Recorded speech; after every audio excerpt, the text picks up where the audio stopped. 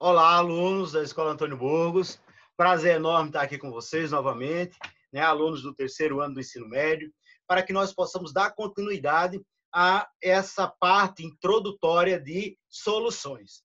Assunto extremamente importante para o Enem. Ok, pessoal? Na aula anterior, nós fizemos uma introdução, né, da parte conceitual, aqueles aspectos lá do conceito de solução, né, como uma mistura homogênea, soluto, solvente. Né? Nós vimos que há vários tipos de soluções, sólido, sólido, líquido, líquido, líquido, sólido, líquido, né? Soluções gasosas, como é o caso do ar atmosférico, né? E aí nós vimos também, extremamente importante revisar isso, a questão do coeficiente de solubilidade. Nós vimos que existe ali uma mudança, né, de comportamento do coeficiente de solubilidade de acordo com a temperatura. Algumas substâncias aumentam o coeficiente de solubilidade com aumento de temperatura, enquanto outras substâncias diminuem o coeficiente de solubilidade com o aumento de temperatura. Bem, é aí onde entra aqueles termos, né, que inclusive o aluno às vezes tem uma dificuldadezinha em entender isso, mas é tranquilo, de boa, fácil entender. A questão da dissolução endotérmica é quando aumento de temperatura ocorre com aumento lá, ocasionando aumento no coeficiente de solubilidade. Ora, qual é a ideia, né? Já que vai dissolver, ela dissolve precisando de energia, está aumentando a temperatura, está tudo de boa, está fornecendo energia para ela. Já no caso da dissolução exotérmica, aí a substância, para se dissolver, ela libera calor. Se o ambiente externo estivesse ficando estiver resfriando-se, né, estiver diminuindo a sua temperatura, aí nós temos um favorecimento. Mas aumentando a temperatura, aí dificulta. Por isso que a curva cai. Né? Dê uma olhadinha ali naquelas curvas, daqui a pouco tem questões, nós vamos responder também questões sobre isso. Nessa aula de hoje, nós vamos pegar essa abordagem de questões, da atividade de fixação. Então, vamos lá. Vamos à primeira questão. Pessoal, vou compartilhar aqui o livro, né? Compartilhar o livro na página das questões, porque aí fica mais prático. Olha lá. Primeira questão, relacionando aqui, olha, exercício de fixação. Diz o seguinte: na preparação de alimentos, é comum a dissolução de poucas pitadas de sal de cozinha em uma panela, contendo água para, então, adicionar-se o alimento em si. Essa dissolução de sal dá para a solução algumas classificações físico-químicas importantes, como o que ele está pedindo é o seguinte: como é que nós poderíamos classificar essa água que recebeu essas pitadinhas de sal? Né? Vai ser uma solução, ele já está te dizendo que é uma solução, e aí, então, ele vai emitir alguns pareceres, né? Vai classificá-la. Vamos ver qual dessas classificações está correta. Letra A solução é líquida? Certo. E molecular? Não. Molecular, não. Molecular seria se o meu soluto estivesse com suas moléculas ali íntegras, né? Dissolvidas. Mas sal de cozinha é o quê? Cloreto de sódio. É um sal inorgânico, ou seja, eu tenho ali, né, a união eletrostática, a atração de cargas, do cátion, o íon positivo, com o íon negativo. Né? O positivo é o sódio, o negativo é o fluoreto. Ok. O que ocorre? Quando esses compostos baterem em água, vai ocorrer a dissociação iônica, ou seja, a liberação desses íons. Eu terei uma solução não molecular, eu terei uma solução iônica. Certo, pessoal? Solução iônica. Bem, a letra A está errada por conta disso. Letra B, a solução é do tipo sólido, líquido. O sal de cozinha é um sólido. A água é um líquido. Sólido, líquido. Tá certo. E é saturada? Não. Saturada só seria saturada se a quantidade que eu dissolvi ali fosse igual ao coeficiente de solubilidade do soluto naquela temperatura na qual se está preparando a solução. Não foi fornecido o valor, como é que eu vou saber? Foi fornecido apenas um indicativo, ó, poucas pitadas. Então, vamos entender que é uma quantidade pequena, não é? Não dá para saturar, não dá para igualar aquilo com o coeficiente de solubilidade. A C, a solução conduz corrente elétrica. Sim, como ela possui íons em sua estrutura, o sódio, né, o cátion com sódio, o ânion lá, o cloreto, né? Então, o que é que vai acontecer? Nós temos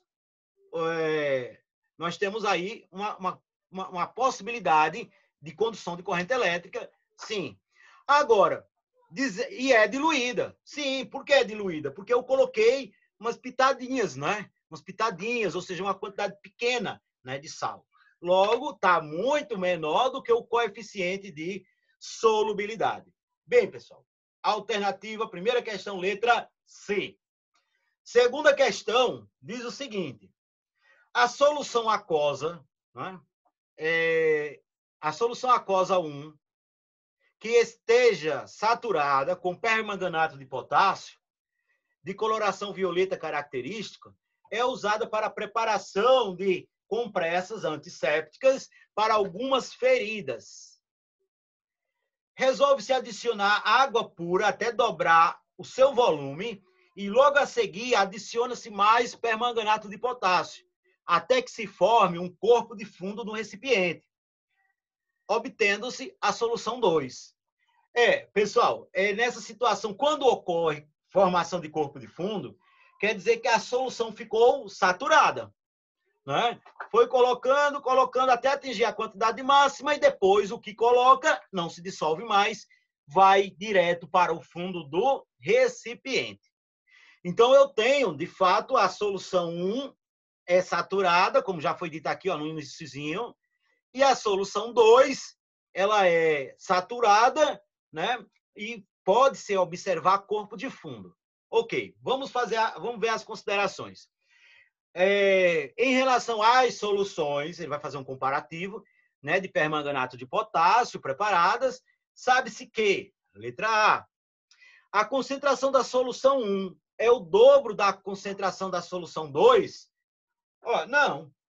A concentração 1, né, a concentração da solução 1, ela está no máximo, ela está saturada. E a concentração da solução 2, como ocorreu a formação de corpo de fundo, significa dizer que ela também está saturada. Então, as duas estão com igual concentração. Né? A B, o precipitado é solubilizado quando se misturam as soluções 1 e 2? Não, porque as duas já estão na mesma concentração. Não vai solubilizar. Poderia solubilizar se eu adicionasse apenas solvente, mas não adicionar a solução 1, porque a solução 1 já está saturada. Olha lá no enunciado, eu até deixei marcado aqui. Ó. Letra C. A tonalidade violeta da solução 1 é mais intensa que a tonalidade violeta da solução 2. Olha, as duas estão saturadas. Estão na mesma concentração. A tonalidade apresentada será a mesma. Ok? Na D, ambas as soluções são ditas moleculares. Aí é onde o aluno tem que ter cuidado. Porque ele tem que se lembrar que aqui, ó, esse potássio aqui, ó, ele é da família 1, metal alcalino. Ele tem 1 na camada de valência. Qual é a tendência dele? Perder. Ao perder, ele se transforma em um cátion. O outro bloco, o bloco do manganês com o oxigênio, ele vai ficar com o elétron do potássio, não é? Ou seja, é negativo. Estamos falando de íons. O cátion positivo, esse íon do lado aí do manganês, o oxigênio, negativo. Então, não é molecular, mas sim iônica. Só restou a letra E. Vamos justificar o acerto, né? O que está certo de fato nela. Vamos verificar. Letra E. A concentração da solução é 1 é igual à concentração da solução 2. Ok, as duas estão saturadas, logo apresentam a mesma concentração. A quantidade ali é equivalente ao coeficiente de solubilidade. Não foi dito, mas foi dito que ambas estão... A primeira está saturada, foi dito claramente, e a segunda foi dita que está saturada de maneira indireta. Quando foi dita? Quando disse lá que ocorreu a formação de precipitado, né? De corpo de fundo, né? O PPT também chamado. Ó. Então, quando é que ocorre isso? Quando a solução atinge a saturação. A partir dali, colocando-se mais soluto, o excesso, essa quantidade extra de soluto colocada, vai ficar no fundo do recipiente. Ok, pessoal? Vamos lá. Na terceira questão, diz assim, aqui vai ter que fazer umas continhas, mas dá para fazer por proporcionalidade, regra de 3. De boa, tranquilo. Olha lá.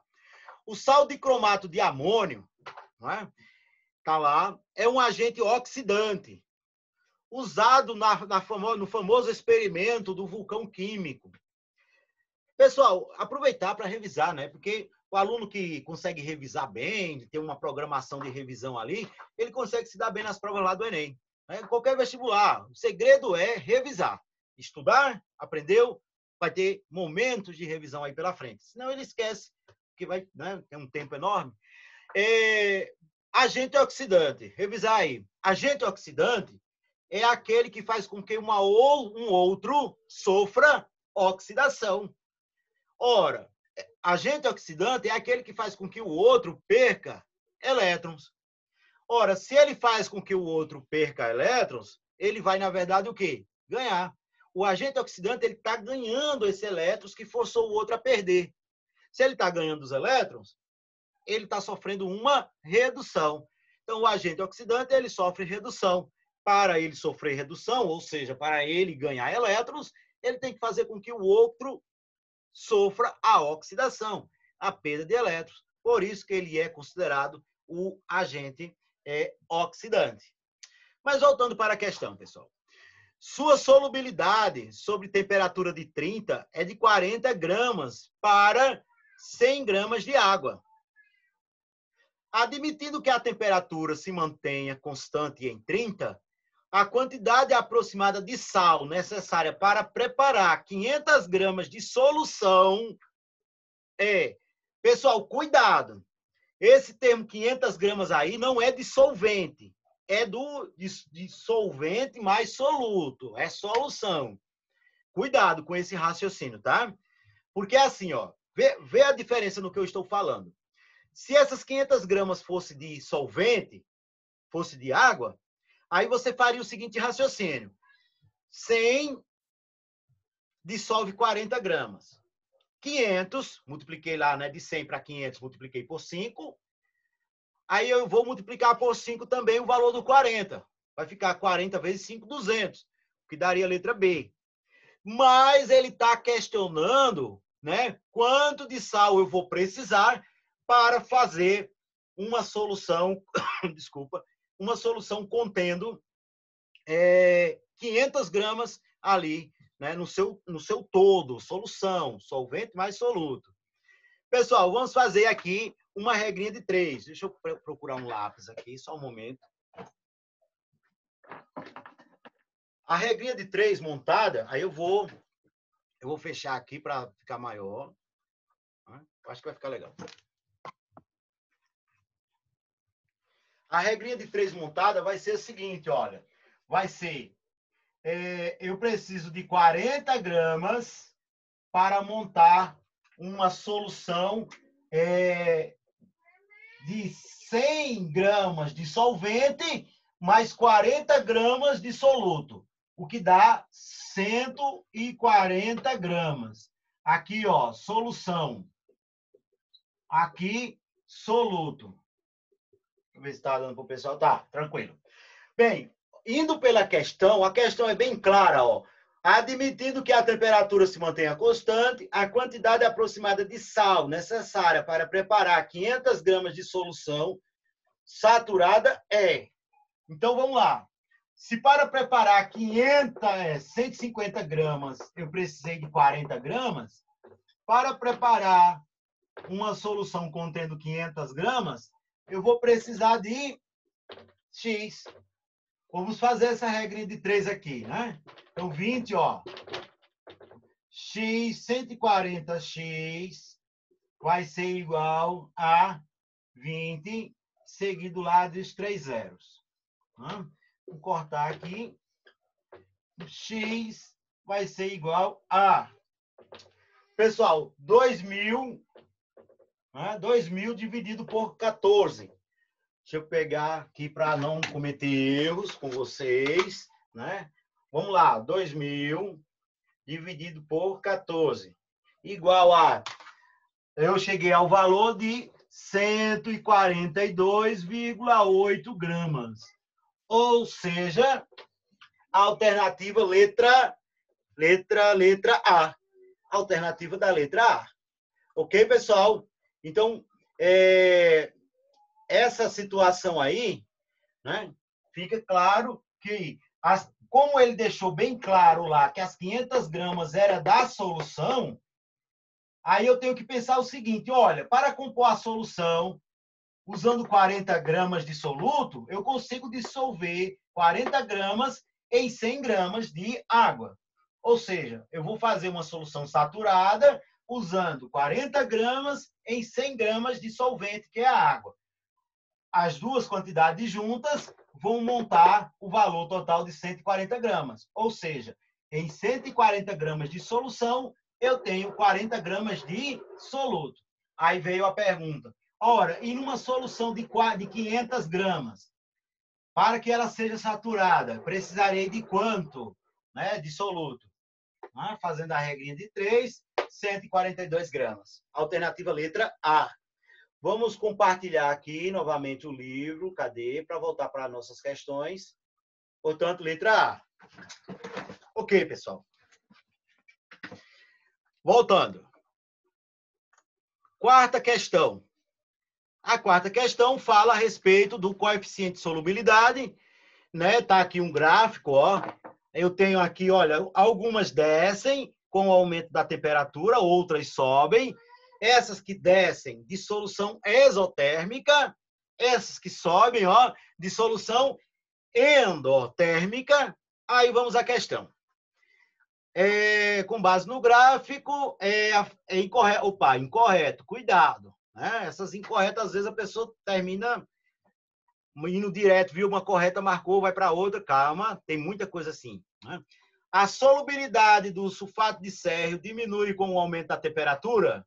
Letra A, vamos ver. Sulfato de sérvio diminui. Sim, tá claro, diminui com o aumento da temperatura. Letra B, a solubilidade. Cadê? O sal nitrato de sódio é o mais solúvel em 20 graus Celsius? 20 graus Celsius. Cadê? Aqui, ó. 20, olha lá, o eixo das variáveis, 20.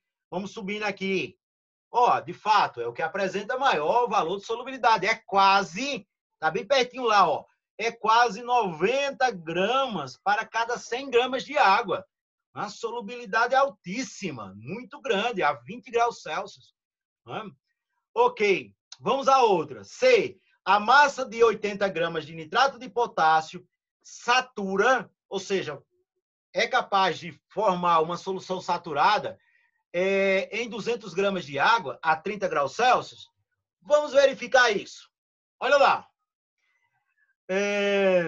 80 gramas. Quem é a substância? Nitrato de potássio. Cadê o nitrato de potássio? Sim, qual é a temperatura? 30. Vamos lá, 30, tá aqui, opa, 30, nitrato de potássio, olha aqui o eixo, pronto, cruzou aqui o eixo, 30. Olha a solubilidade qual é? 40 gramas em 100 gramas de água. Ou seja, eu irei conseguir produzir uma solução saturada de nitrato de potássio, né? Usando ali, olha, 40 gramas de nitrato de potássio em 100 gramas de água. Isso a 30 graus Celsius. Ok. Se usando 40, eu irei conseguir saturar 100 gramas lá de água, né, para preparar uma solução saturada com os 100 gramas de água. Ora, os 80 que foi mencionado na questão, ó, eu irei utilizar em 200 gramas de água. Se é 40 para 100, vai ser 80 para 200, tá certo. Lembrando que a questão pede a incorreta, ok? Vamos lá. Na D, dissolvendo-se, só pode ser a D, a incorreta, vamos justificar. Dissolvendo-se 60 gramas de cloreto de amônio em 100 gramas de água a 60 graus Celsius, obtém-se uma solução insaturada. Insaturada, ó, insaturada quer dizer que tem uma quantidade menor do que o coeficiente de solubilidade. Uma quantidade menor. Vamos verificar se isso procede. Qual é a temperatura? 60, tá aqui. Qual é a substância? Cloreto de amônia. Cadê o cloreto de amônia? Opa, olha ele aqui, ó. Aí foi dito o quê? Foi dito que preparou uma solução com 60 gramas. E diz que é insaturada. Ó, de cara a gente já viu que tá absurdo isso, né? Olha lá, 60, o coeficiente de solubilidade, olha, tá aqui, ó, tá menor do que o 60, inclusive. Ou seja, com 60, ó, o valor de 60 é maior do que o valor do coeficiente de solubilidade. Se é maior, se conseguiu, tá dizendo ali que conseguiu dissolver, pode. É a situação da da supersaturada. Não é? Se eu conseguir dissolver uma quantidade um pouco maior, significa dizer que eu estou conseguindo fazer uma solução supersaturada, certo? Bem, nessa situação aí, para ser insaturada, como está dizendo na questão, na alternativa, eu teria que ter uma quantidade menor do que essa quantidade aqui, ó. Essa quantidade está o quê? Está em torno dos 57, né? Pronto, teria que ser uma quantidade menor. Mas ele disse o quê? Colocou 60. Está errado. Então, a alternativa que satisfaz como resposta a letra D, porque a questão está pedindo a incorreta. Quinta questão, né? Quinta questão da página 116, diz o seguinte: o uso de usinas termonucleares necessita de uma fonte contínua de resfriamento. Normalmente estão localizadas em regiões litorâneas para facilitar o acesso à água de resfriamento. Contudo, um problema ambiental consiste no retorno dessa água usada para o resfriamento dos reatores ao mar. Esse problema ocorre por quê? Pessoal, vamos lá. O reator, ele corre o risco de superaquecer, derreter lá suas estruturas e vazar radioatividade, né, para o ambiente. Para que não ocorra esse superaquecimento do reator, é necessário sistemas de resfriamento, que utilizam um fluxo contínuo de uma grande quantidade de água. Não é? Por isso que, normalmente, elas ficam bem localizadas em regiões assim litorâneas. Ok. Né? Vamos lá. Essa água usada para o resfriamento, ela é captada do ambiente, passa lá, né, por meio de tubulações em volta lá do reator, pega o calor, recebe o calor, já que ele está resfriando o reator, então a água está ficando aquecida. E essa água aquecida é devolvida para o ambiente. Aí é onde a gente tem, né, um problema ambiental, a questão da poluição térmica, acúmulo, né, acúmulo de energia térmica no ambiente. Ok, certo. Vamos lá, vamos ver o que é que a gente faz aqui. Letra A. O fluxo de animais pelo encanamento provoca a mortandade de animais e entupimento das tubulações. Não, não é dizer que os peixes, sei lá o quê, vai estar, e outros animais que, porventura, vão estar entrando e entupindo. Não, isso aí é absurdo, né? Claro que tem um sistema, né, de impedir lá que esses animais possam estar entrando, né? Claro que isso não vai acontecer. Isso é absurdo. A resposta tem que estar relacionada com o fator temperatura, que é isso o foco do enunciado, não é? Olha lá, na B. A água retorna contaminada de partículas radioativas para o meio ambiente, provocando alterações nas espécies marinhas. Pessoal, essa água ela é unicamente utilizada para resfriamento. Ela não vai estar entrando em contato com as substâncias radioativas. Né? Não vai.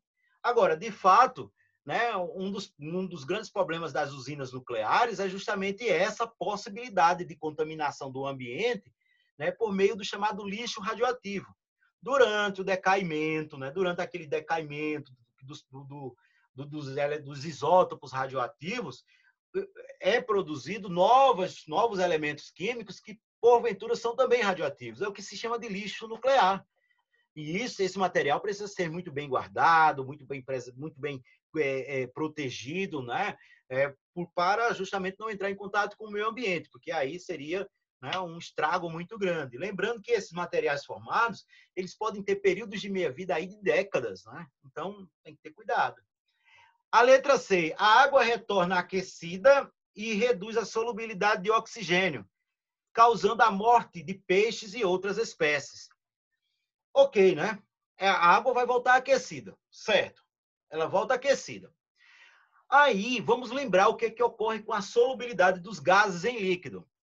A solubilidade dos gases em líquido, ela é diretamente proporcional à pressão. Lei de Henry. Quanto maior a pressão, maior a solubilidade. Mas em relação à temperatura, é o contrário. É inversamente proporcional. Ou seja, quanto maior a temperatura, menor a quantidade de oxigênio ali dissolvido. Então, essa quantidade de oxigênio pode estar tão pequena, pode estar tão baixa, devido à água estar aquecida, que vai faltar oxigênio para os seres aí de respiração aeróbica, né? Como no caso foi mencionado aí, os peixes. Eles podem vir a morrer devido à baixa quantidade de oxigênio dissolvido, devido à temperatura do ambiente. Quanto maior a temperatura, menor a solubilidade do gás ali naquele líquido. Ok? Então, a alternativa C, a alternativa correta. Vamos dar uma justificada nas outras duas letras? Letra D. A água que passa pelas tubulações de resfriamento fica contaminada pelas partículas metálicas geradas pelo desgaste do reator. Não vai acontecer isso, né? O reator, ele não vai ocorrer, mas o reator ele é feito, claro, e essas tubulações com materiais, né, de resistência, de durabilidade, né, enormes. Não vai se desgastar simplesmente com o passar da água. Não é assim. Letra E. A água retorna ao meio ambiente mais fria. Não, aí está errado. Ela volta mais quente, porque ela foi usada para fazer um processo de resfriamento. Não é? Ok, pessoal. Então, eu vou encerrando por aqui. Resolvi as 5 questões do fixação. Vocês realizem aí as questões dos exercícios propostos, né? Preparando-se já para os cálculos lá de concentrações, né? Que nós vamos dar uma olhadinha nos próximos momentos. Então, página aí para vocês resolverem, né? Pessoal, resolve. Deu tal letra, beleza. Bota uma letra ali justificando o porquê de ter sido aquela letra. Bota uma linha, né? Bota uma linha, 2 linhas, depende do aluno, justificando o porquê daquela letra e manda lá para o e-mail 3eabquimica@gmail.com, né? Que foi o e-mail que eu estabeleci para vocês enviarem essas respostas, né? Bem, página 116, 117, exercício lá dos exercícios propostos, ok? Mudando um pouco de assunto, vamos ter cuidado com as medidas de combate ao novo coronavírus, né? Manter o isolamento, uso de máscaras nas situações em que for necessário você sair de sua casa e a higienização adequada, né? Ali com álcool em gel ou apenas mesmo com água e sabão, desde que seja, né, uma limpeza, né, adequada ali, né? Não simplesmente uma olhada de qualquer jeito, vai resolver essa situação também. Então, vamos ter cuidado com essas medidas, que embora sejam medidas simples, mas elas podem salvar vidas. E até o nosso próximo momento, ok? Obrigado. Tchau, tchau.